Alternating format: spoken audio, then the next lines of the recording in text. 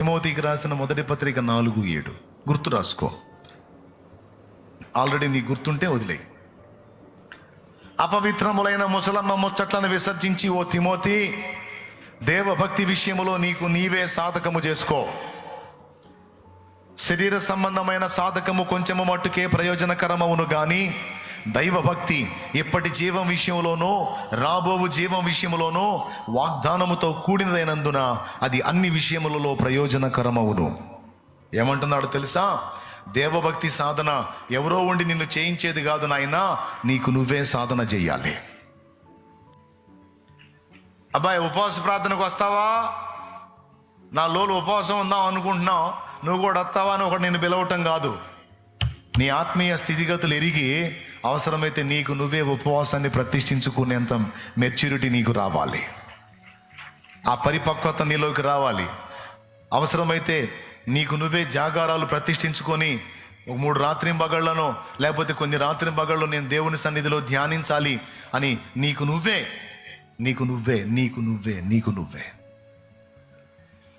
అలా ఎప్పుడైతే మీరు వ్యక్తిగతంగా దేవునితో అనుబంధాన్ని ఏర్పరచుకుంటారో, ఎప్పుడైతే వ్యక్తిగతంగా దేవుని యొద్ద నుండి మీకు సారం వస్తుందో, నేను చెప్తున్నాను, ద్రాక్షవల్లి ఫలించినట్టు మీరు ఫలిస్తారు. పొడగడిగా పొడు ద్రాక్షవల్లి ఫలించినట్టు ఫలిస్తారు.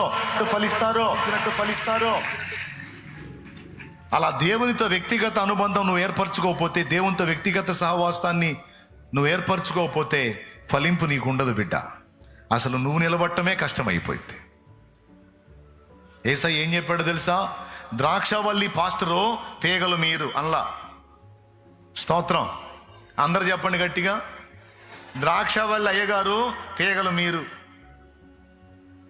అల్లా. ద్రాక్షవల్లి నేను, తీగలు మీరు. నా పరలోకపు తండ్రి వ్యవసాయకుడా, నా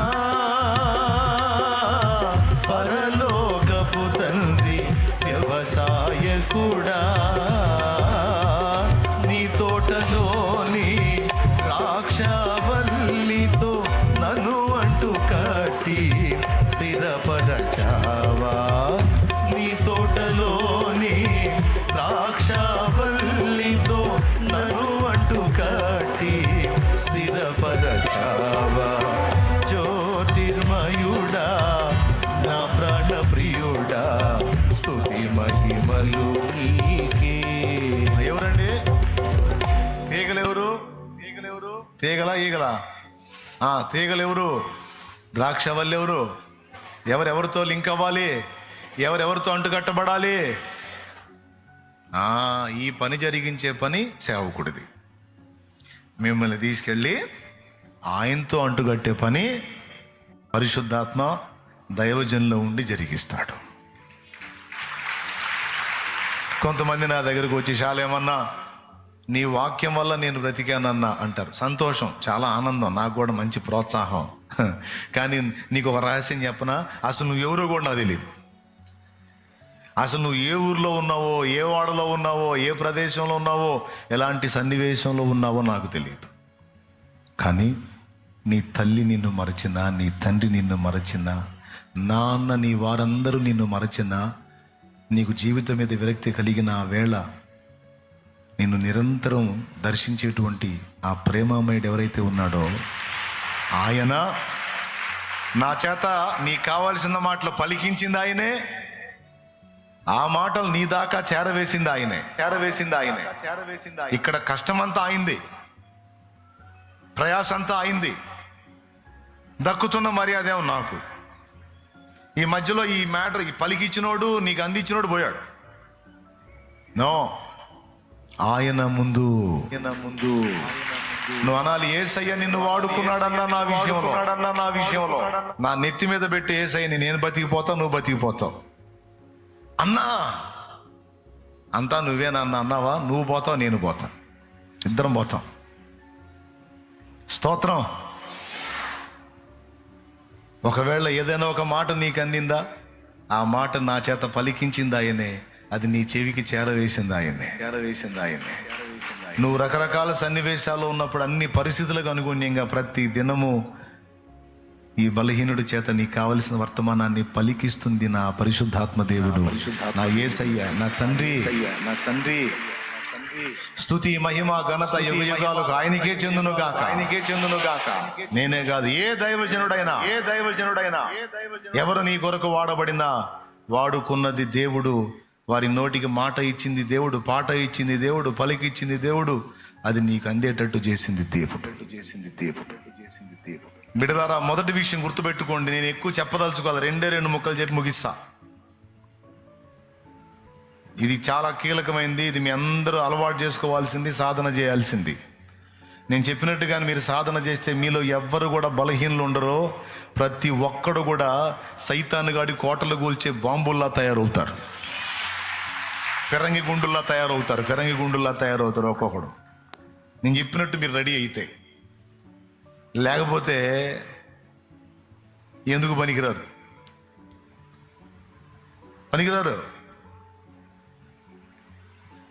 దేవుడు కోరుతున్నాడు, నువ్వు నాకు వ్యక్తిగతంగా అందుబాటులోకి రావాలి బిడ్డ. అన్నున్నాళ్లే అన్న చూసుకుంటాళ్లే, అన్న చూసుకుంటా, అక్క చూసుకుంటుంది కాదు. నువ్వుగా ఆయనకు అందుబాటులోకి వెళ్ళాలి, ఆయనతో సహవాసం చేయాలి. ఎంతమందికి అర్థమైంది? ఇది మొదటి సంగతి. ద్రాక్షవల్లి నేను అని యేసయ్య అన్నాడు, నేను కాదు. చెప్పండి, మళ్ళీ చెప్పండి. ద్రాక్షవల్లి యేసు, తీగలు మేము అని చెప్పుకో. అంటుకట్టే పని అది, అంతవరకే. తండ్రి ఆయన పిల్లలు మీరు.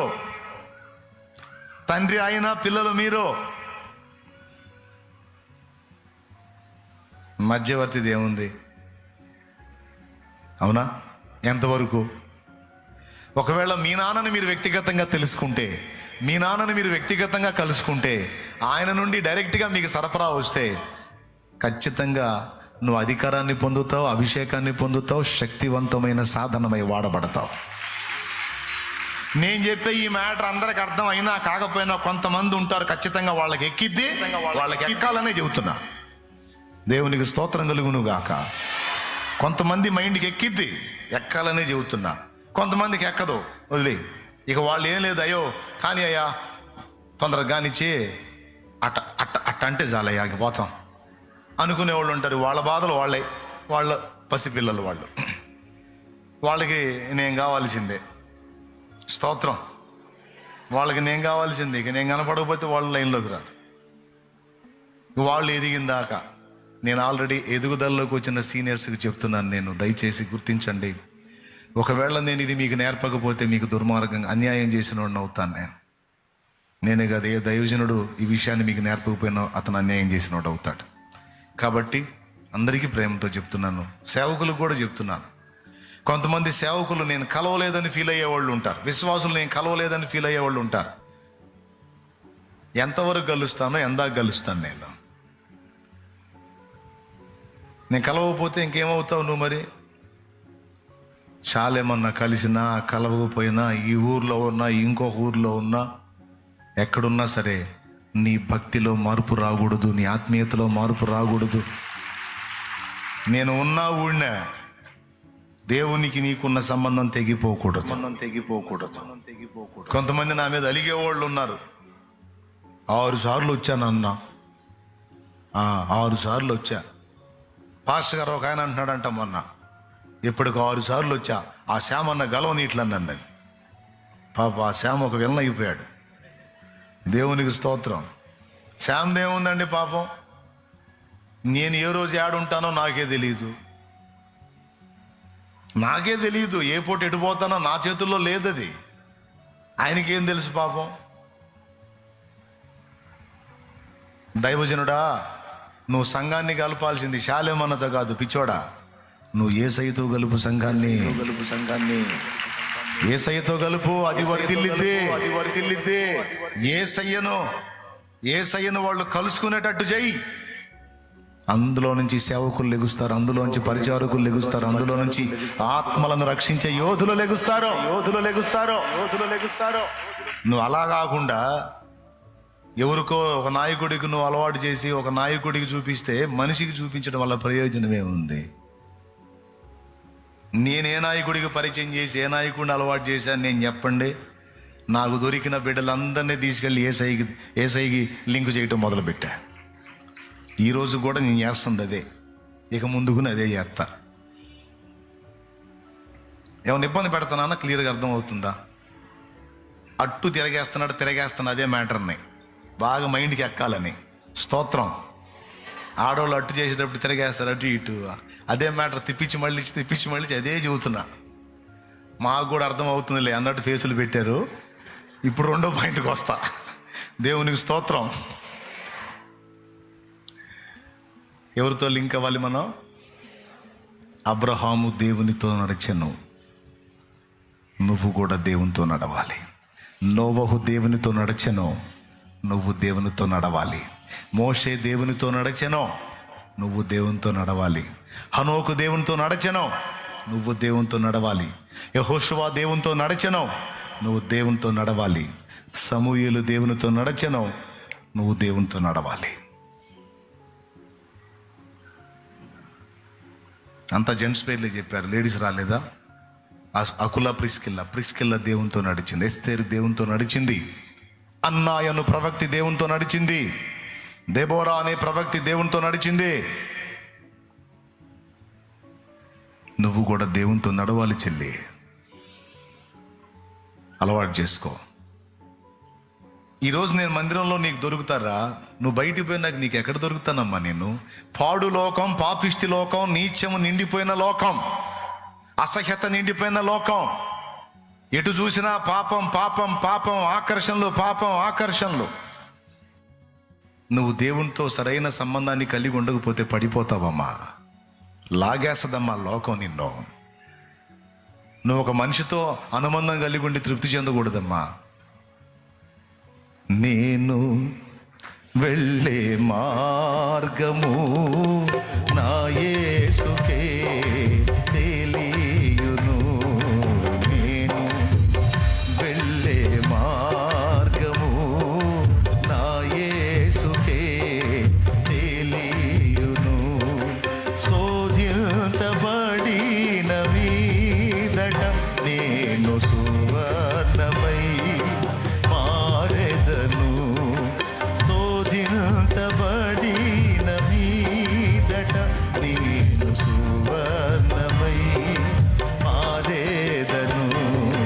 హల్లెలూయా, హల్లెలూయా, హల్లెలూయా, ఆమేన్, హల్లెలూయా, హల్లెలూయా, హల్లెలూయా, ఆమేన్.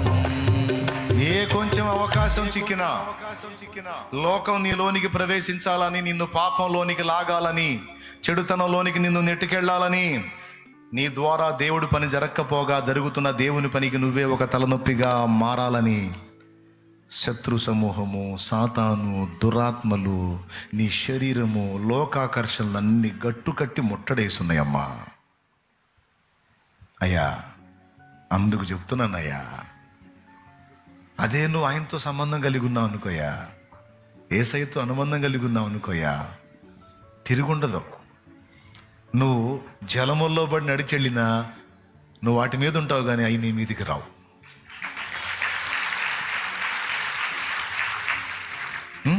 జలములలో బడినే వెళ్ళిన అవి నా మీద పారవు.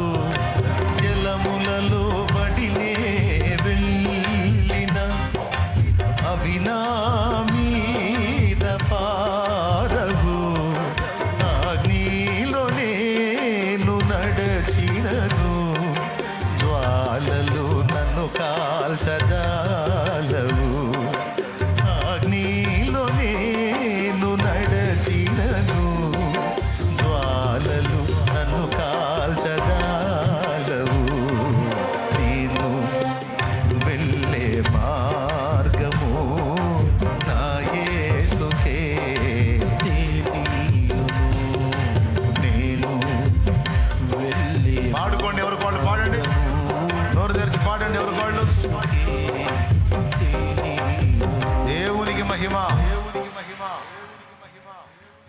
శాలెమ్మని ఎంతసేపు ఉంటాడమ్మా నీ పక్కన?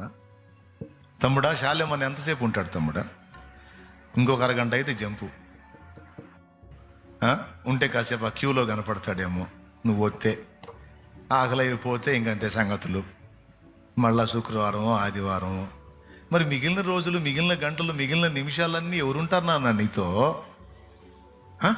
సర్వకాల సర్వావస్థల యందు ఆఖరికి నువ్వు ఆదమర్చి నిద్రపోతున్నా కూడా నిద్రపోకుండా నిన్ను వెన్నంటి కాపాడేది యేసయ్య నాయన. నిన్ను నన్ను మనందరినీ కాచేవాడు యేసయ్య.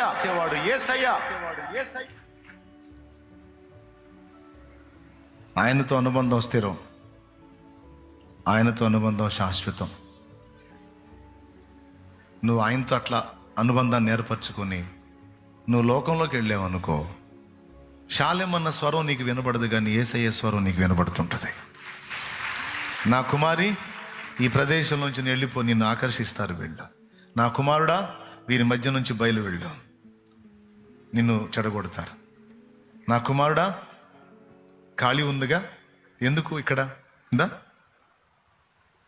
తోటకురా, లేకపోతే మందిరానికి రా, దా అక్కడ కూర్చోరా, నా దగ్గర, నా సన్నిధికి రా, నాతో కూర్చో అని పిలుస్తాడు. ఇదంతా వ్యక్తిగతంగా నువ్వు ఆయనతో అనుబంధం ఏర్పరచుకుంటే ఇవన్నీ నీకు వినపడతాయి. సువార్త చెప్పటంలోనో, లేకపోతే సహవాసంలో గడపటంలోనో, ఆయన పాదాలను వెతకటంలోనో, గ్రంథం ధ్యానించటంలోనో, ప్రార్థన చేయటంలోనో దేవుడు ఎటో ఒకటి నిన్ను నడుపుతాడు. ఆయనతో వ్యక్తిగతంగా నువ్వు అనుబంధం ఏర్పరచుకుంటే, తమ్ముడా నాకేం కొమ్ములు రాలేదు తమ్ముడా, నేనేం స్పెషల్ కాదు తమ్ముడా, దేవుని కృప నాకు దొరికింది, వ్యక్తిగతంగా అనుబంధం ఏర్పడింది. ఆదివారం ఒక కూటంతో తృప్తి చెందేవాడిని కాదు తమ్ముడా, నేను 2 కూటాలు వినేవాడిని ఆదివారం. తెలుసా మీకు?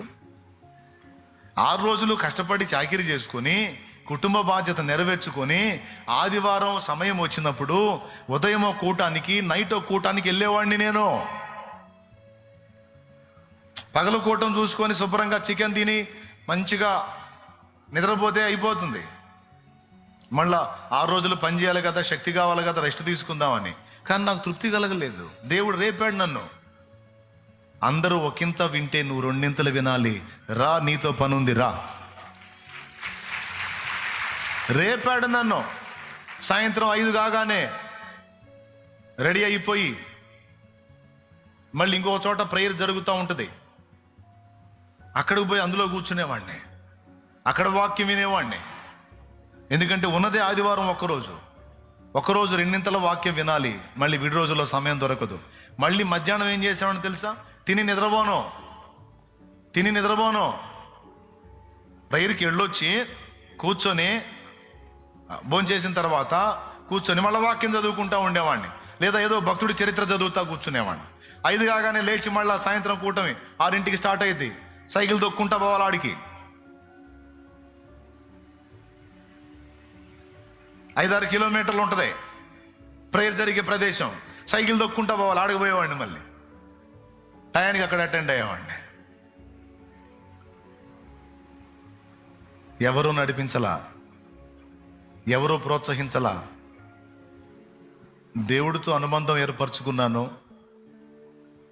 దేవుడితో నడవటం నేర్చుకున్నాను. ఆ రోజు నుంచి ఈ రోజు దాకా ఎన్ని పెను తుఫాన్లు ఎదురైనాయో, ఎన్ని శోధనలు ఎదురైనాయో, ఎన్ని ఆటుపోట్లు ఎదురైనాయో, వాటన్నిటిని అధిగమించి ఈనాటికి విశ్వాసంలో నిలిచి ఉండడానికి ఆయనతో నాకున్న వ్యక్తిగత అనుబంధమే కారణం.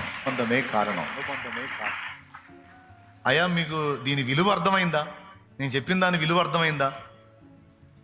ఈరోజు మీ అందరికీ దేవుని గురించి ప్రకటించి, దైవజనుల్ని సిద్ధపరచుకొని, దైవజనులను ప్రోత్సహించుకొని ఒక ఉన్నతమైన పరిచర్య జరుగుతుంది అంటే నా తండ్రి ఎలా నడిపించి ఉండొచ్చో ఒక్కసారి ఊహించండి. మీరు ఏ విధంగా ఆయనకి అనుసంధానం అయి ఉండొచ్చో నేను ఊహించండి. ఇంక వేరే స్పెషల్ ఏం లేదు నాన్న, వేరే స్పెషల్ ఏం లేదు. ఈరోజు కూడా అదే పిచ్చితో పరిగెత్తుతూ ఉంటాను, ఆయన పాదాలే వెతుక్కుంటాను.